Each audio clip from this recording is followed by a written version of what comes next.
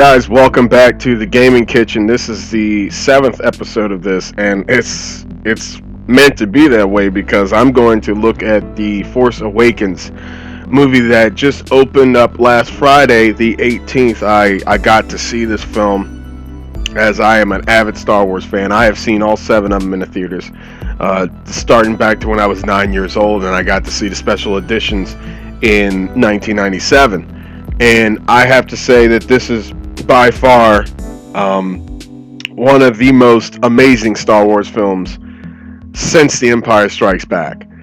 And I know a lot of fans agree or disagree on anything topping the original trilogy, and I will be honest to tell you that the original trilogy is and will stand as one of the most definitive trilogies in the entire saga. I do like episode 3 of what the story brings to the whole entire overall 7 series saga.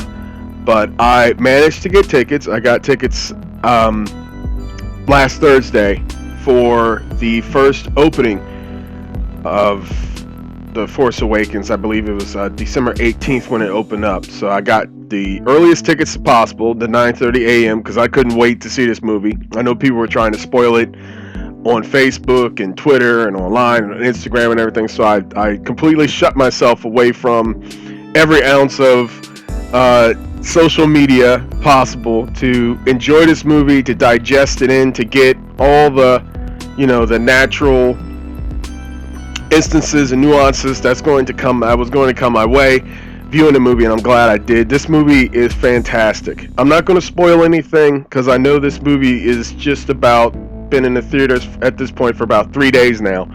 So be sure to go out, grab your tickets, grab your popcorn, grab whatever you want, and go see this movie. This is by far one of the best Star Wars films since Empire Strikes Back. And that's not to knock all the other ones, but the acting in this movie is fantastic. John Boyega has a raw talent and humor, and he just brings it to the screen, man. The dude is funny. Daisy Ridley, she's the main actress in this film. She plays as Rey. This girl delivers it. She is a great actress in this film. She carries the necessary emotions, the raw emotions that you need to progress a character from the beginning of the story till the end in the first act of this Star Wars trilogy. It was a great thing to see all these new actors come about, because this is the way it was done when George Lucas did his Star Wars films. He believed in hiring young unknown actors in a role and have them grow and progress through I believe a 6-year period. a 6-year or a 9-year period in which the actor will progress themselves and grow into the role. And they did a great job hiring these actors. I think, Daisy Ridley's performance is outstanding. She really carries the film. Very energetic. It was such a great thing. It's been 3 days since I've seen this film. I don't even know where to begin for this film, but I'm trying to organize all my thoughts because it was such an emotional roller coaster seeing this movie. And as soon as you get into the theater and you're sitting down and you look at the screen and you see this big screen and you just see the Lucasfilm lettering just gloss over and shine over, and then it goes to a long time ago in a galaxy far, far away, and then at the snap of a finger you just see that Star Wars logo just shoot back, and this thing just sucks you right in. It's 2 hours and 16 minutes. It felt like I honestly didn't care that it was 2 hours and 16 minutes. I'm glad it was. I wish it was 2 hours and 50 minutes. I don't really care. You'll be so immersed when you go see this movie. You won't even have time to look at a watch. This story is fast paced, but it has just enough time to build good character development, good chemistry between the actors and the characters as well. It's fantastic. It has all the little hints and all the little Easter eggs in there, which I won't give away because it's not a spoiler review. But this is just a quick review that I wanted to give about the film.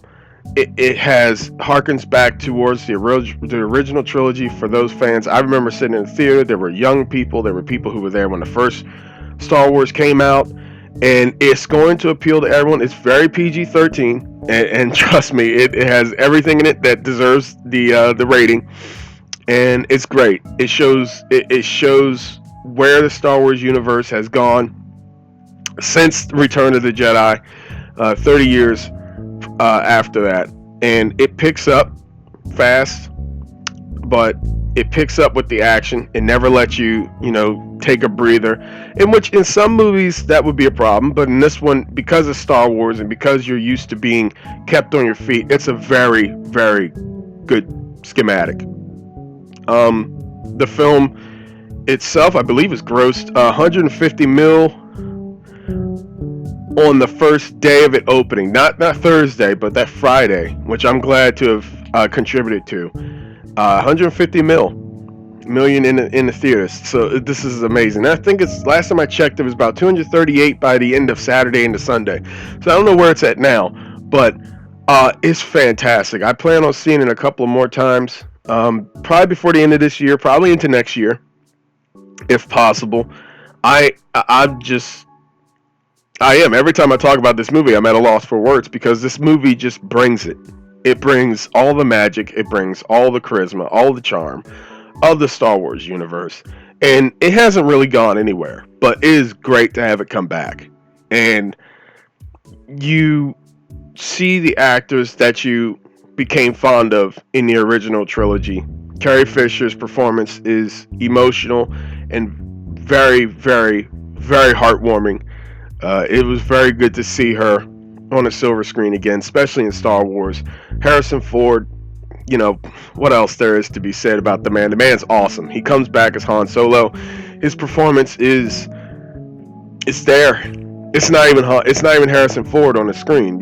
This is Han Solo, and you see him reprise his role after 32 years, since the last role he acted in Star Wars was Han Solo in Return of the Jedi. But this man he's a great actor, and he carries it. He puts that jacket on, man. He has that DL-44 blaster, and he just goes to town. It's a very good film. With that, Chewbacca makes a return. You have Luke in there. Not going to give away where you see him, when you see him, but Luke is in there, and it's going to be worth it. The fighting in this movie is very raw. It's very natural. I know a lot of people complain about the prequels and how they look choreographed, but you have to understand that the storyline for this film is 60 years after the prequel era, where those Jedi who are fighting use the Force to be skilled in their craft and their trade and in their battles, and along with the Sith and everything. So now you're entering into a new period where those things don't exist. And they didn't exist in the original trilogy, and they won't exist in this period. So you're going to have people who are fighting with lightsabers who are not going to be as skilled as they were prior to, which makes it natural, which makes it more realistic in the sense of time being passed. And, there's going to be a lot of references to the previous trilogies, and they're done subtly, and they're done very, very, very good. And keep an ear out and listen for them. Watch for them, because they will be there. Because that's just how J.J. Abrams' directing is. He's very subtle. He comes from the school of George Lucas and Steven Spielberg, where a little tinker here and a little Easter egg planted here, and it's something to keep you always watching. I love directors who do those types of things. So I have written my reviews on a couple of sites and submitted them today, especially after 3 days worth of digesting the movie and getting the raw emotions out of it and look at it. The movie brings back all the Star Wars magic. It's been 10 years since the last Star Wars film has come out, and this one just picks up and just hits the ground running, man. This thing is amazing. So go see this film if you haven't already, because I'm not going to spoil it for you. I believe in keeping the surprise and the magic of a movie directly where it needs to be. Please go see it. Go see it as soon as possible. Stay off the internet until you see it. And man, go see it multiple times. Go see it 4, 5, 6, 7 times if you have to. The film is amazing. It's just fantastic. Star Wars is back. It's in the theaters. I don't think it's going anywhere anytime soon. Rogue One comes out in about 360 days from now, so it's next year. Then you have Episode 8, which is coming out in a year and 5 months in 2017. This is it. We're in a new era of Star Wars. And also, I wanted to give a brief comment on Battlefront. Battlefront, I think, is starting to make a surge back. I know I mentioned in my video about a couple of weeks ago about the sales being low and how people are not purchasing it because of the lack of material and content in it. But I think that coming into January, this thing's making a surge. I walked into a couple of Targets, a couple of stores, and saw a whole bunch of shelves of this thing going. So I think this movie is starting to serve its purpose. I know I scoffed at it and I was a little bit doubtful on the position of it, but I think that this is picking up into January. I think January is where this thing is going to hit the ground running. You know, I hate to admit it. Actually, I don't hate to admit it. Like I said before, I was going to wait around and wait for it to see what would happen. But I think it's picking up. I think this Star Wars thing is not going away, man. And I'm kind of glad for it. But yeah, the rest of the actors in the film, getting back to it, Captain Phasma, cold, hard, calculated. I will leave that up to you when you see the movie, what you think. Kylo Ren, played by Adam Driver. Fantastic performance as a villain.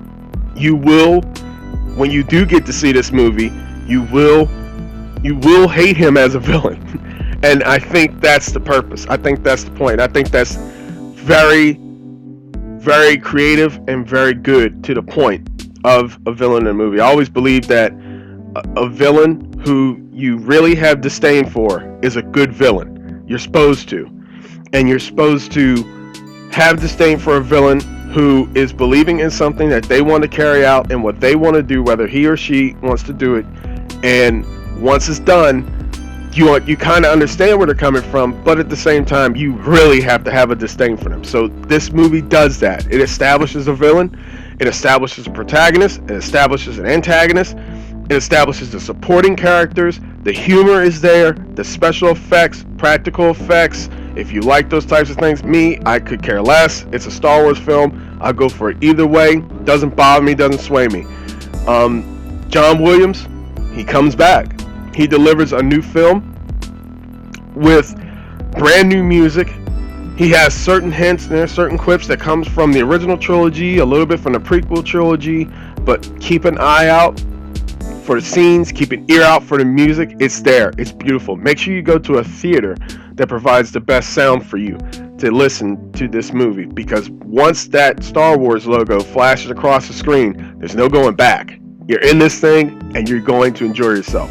Guys, I just wanted to deliver this review for you. Tomorrow, Arkham Knight is delivering their DLC out, which is the last DLC they have. I probably will make another episode for it. I possibly will make gameplay for it, sans commentary, and I'll just upload it. It has the Dark Knight DLC in it, as well as the Season of Infamy. But I wanted to share this movie review with you. I know it seems that it's everywhere as I try to organize it, but I have written a couple articles. I'll leave links for you guys if you want to see those. And it's such a good movie, man. This is 3 days later. I'm still talking about it. But go see this movie. All right, guys. Have a great day. Take care of yourselves, and I'll see you next time. Peace.